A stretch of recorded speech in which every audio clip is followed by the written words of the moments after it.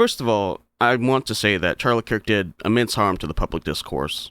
His political project was one of abject cruelty, designed to break the spirit and will of his fellow man so that they remain nothing more than these sad machines of wealth generation for the upper classes. However, as horrific as his life's work was, he should not be dead, or at least not today. Everyone at some point will die on a long enough timescale, sure. Rather, he should have never been allowed to exist in the first place. And no, I'm not using this tragedy to promote a Kickstarter that may or may not belong to me, that may or may not be seeking funds to make a time machine so that either I or someone else who is not me can traverse the space-time continuum and prevent Charlie from ever having been born. What I am proposing is that Charlie Kirk's existence as an influential figure at all is the symptom of a much deeper issue in our society about how moneyed elites artificially shape the American conversation by putting their thumb on the scale. If the world were even slightly better, but still far from ideal, you and I would have never heard of Charlie Kirk. Even if, in this alternate reality, he still had all his white nationalist beliefs and fantasies about the complete disenfranchisement and subjugation of women and people of color, he would have just been like a realtor or something.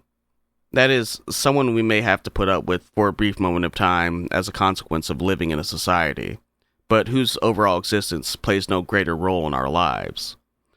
However, we don't even live in that marginally better world, and our current existence, at least if you live in the United States of America, is a hellscape of ever-increasing wealth disparity, and whatever threadbare social safety nets we do have are now being eroded away by the Trump administration, along with our civil rights.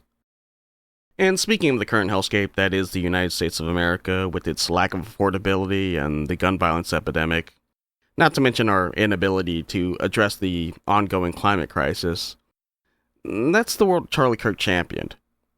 However, it's very important that you understand that this was not his doing. Charlie Kirk lacked any actual power. He may have been the face selling this vision to the world, but at the end of the day, he was just a puppet, a mouthpiece of capital and industry. He was not special nor unique. He was a propagandist that was created by wealthy Republican donors who used their vast array of resources and connections to carefully curate an image of a person who seemed substantive through these highly manicured social media posts and a robust digital marketing campaign. Now, this isn't to say that he doesn't have friends and family that are, as I speak, in mourning over him. A lot of people have friends and family. That's kind of a normal part of being a human being. It doesn't really prevent a person from sucking like Charlie did. I'm sure he was special to them, but in the grand scheme of things, he was not himself as important to the movement that he was paid to promote. So what do I mean by this? Well, in conservative media circles, the machinery behind the personalities that we do know and who we have known are nothing more than constructions of the elite. They're avatars designed specifically to push their agenda. The best example of this is Fox News' primetime spot. It doesn't seem to matter who is in that slot, they're just consistently number one in ratings. Bill O'Reilly, Tucker Carlson, and now Jesse Waters. All of them are nothing without the Murdoch machine forcing them onto the world, and the very moment they're no longer the cogs of this machine, their presence and prominence become, at least for Bill O'Reilly and Tucker, diminished, because there was nothing special about them to begin with.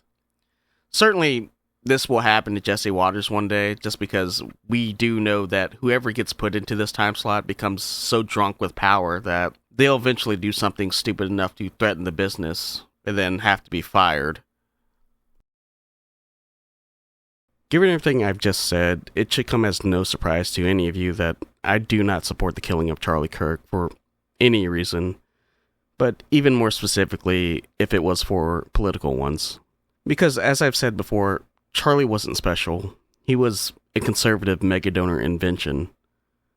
By this time next year, there will be another smug, campus-trotting weirdo with slickly edited videos recruiting college youth to vote Republican because, well, they're just too inexperienced to realize that saying stupid and verifiably false things confidently with a shit-eating grin is not a substitute for actual competence or substance.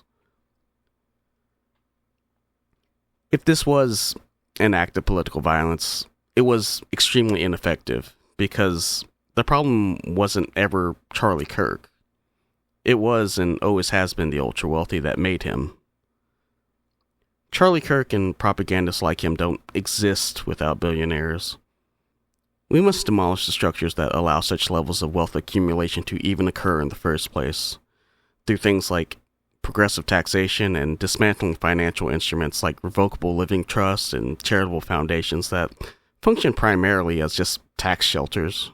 We need to make becoming a billionaire an impossibility, because that is truly the only way to fix this.